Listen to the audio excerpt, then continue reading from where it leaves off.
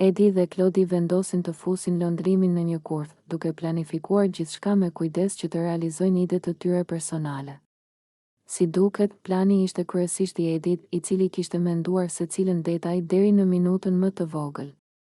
Ai u shpjegon të tjerëve se lëndrimi duhet të bjerë brenda kurthi, duke e bërë atë të humbas kontrollin dhe të reagojë në mënyrë të paparashikueshme. Klodi merr detyrën e tij, që është të lidhet me lëndrimin gjatë gjithë situatës dhe të ndërhyjë kur momenti të jetë më i përshtatshëm.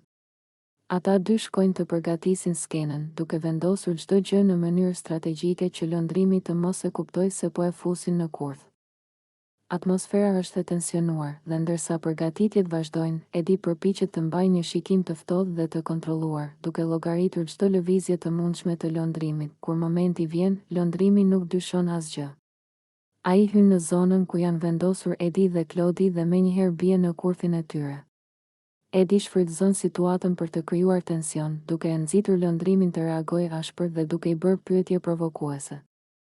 Klodi ndërkohë qëndron afër, duke e sfiduar dhe duke i dhënë hapësirë Edit që të vazhdojë lojën psikologjike. Gjatë gjithë kësaj kohe, banorët e tjerë e vërejnë situatën dhe disa prej tyre fillojnë të mendojnë se çfarë do të ndodhë më tej.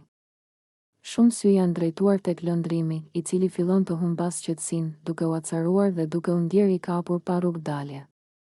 Edi qesh brenda vetes dhe ndihet i kënaqur me mënyrën se si gjithçka po shkon sipas planit të tij. Klodi, duke marrë rolin e konkurrentit, fillon të zihej me lëndrimin, duke e sfiduar hapur dhe duke i bërë replika të ashpra që e nxjerrin lëndrimin jashtë ekuilibrit.